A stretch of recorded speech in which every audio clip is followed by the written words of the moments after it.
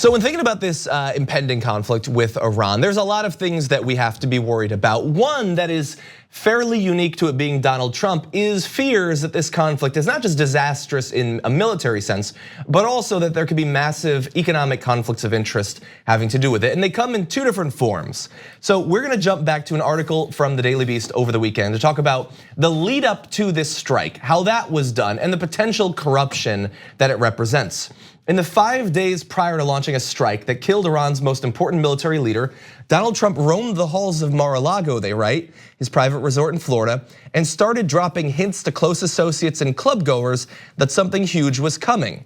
They go on to say, according to 3 people who've been at the president's Palm Beach club over the past several days, Trump began telling friends and allies hanging at his perennial vacation getaway that he was working on a, quote, big response to the Iranian regime that they would be hearing or reading about soon.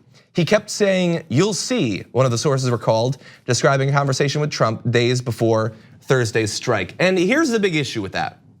The first big issue is that he's talking to it with, like rich people that hang out at his club and not telling Congress about it. That's one issue. The other is that Lockheed Martin stock closed 3.6% higher Friday after languishing for the past month. Raytheon stock increased 1.5%. General Dynamics closed about 1% higher, and Northrop Grumman stock jumped 5.5%. Now those are some of the biggest defense contractors in the entire world, and all of them jumped up in the immediate aftermath of this strike on Thursday night.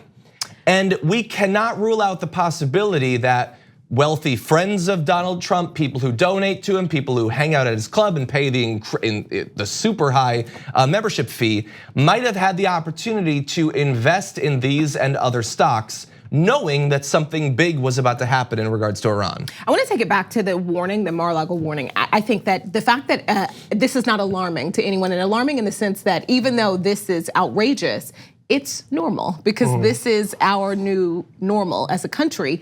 The idea that a report comes out that says the president was walking through the halls of a hotel, giving people, like talking about an act of war as if he was a director teasing a new season of a popular Netflix show coming out. That is not unbelievable to people, that's just, it's the norm. These days, I just find that fascinating, that is kind of, in the past few that's years. The 20th That's concern. Where we are. Yeah. That it's a story, great reporting by Daily Beast, but now it's Monday. Do people care? I don't know. People seem to have moved on. They've got other concerns. I'm sure people care, but just I think the fact that people don't disbelieve this, that this seems so plausible, is jarring, right? A little. I definitely think so. And if you like, let's say you're a supporter of Donald Trump and a supporter of Fox News and everything they've said over the past 4 days or so about this strike, why it had to happen, how important it was. If you believed all of that, you should be furious that Trump was wandering the halls of some club telling people something big is about to be done in regards to Iran, because that could have been the heads up needed for Soleimani to hide or to leave the region or to be protected in some fashion. If it was so important that he die, it could have been destroyed. His chance to take him out could have been destroyed by talking about this. Imagine if Barack Obama, in the lead up to the strike against Osama bin Laden, if he had been like walking around some like cafe in DC talking about like, oh, he's in our sights, we're gonna get him soon.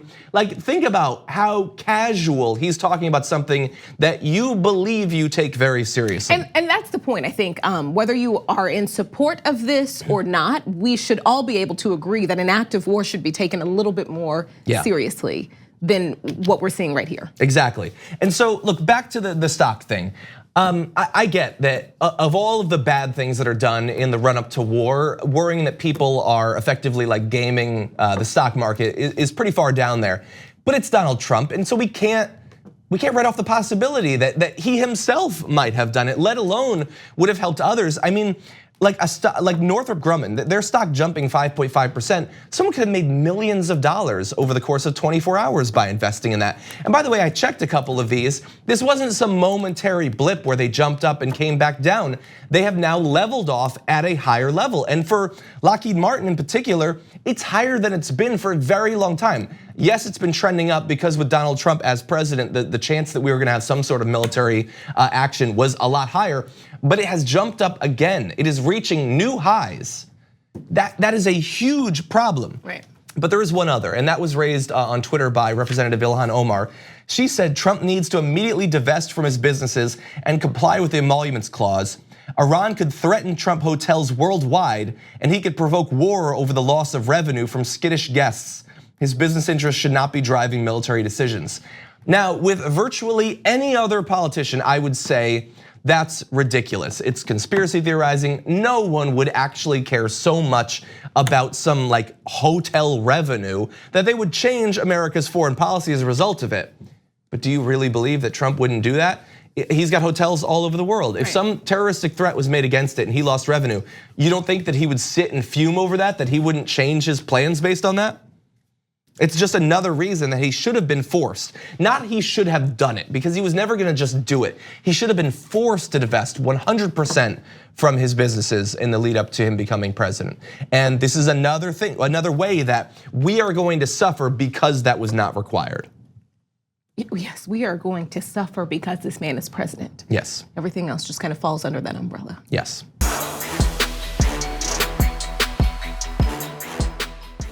Check out the Damage Report podcast each day, wherever you get your podcasts, whether Pocket Casts or Stitcher or iTunes. You can join me as I give you the news and stories you want, with a range of co-hosts and interview guests jumping in on the fun each day. Again, that's the Damage Report, wherever you get your podcasts. And if you get them at iTunes, don't forget to rate and review. Sometimes I'll read them live on the show.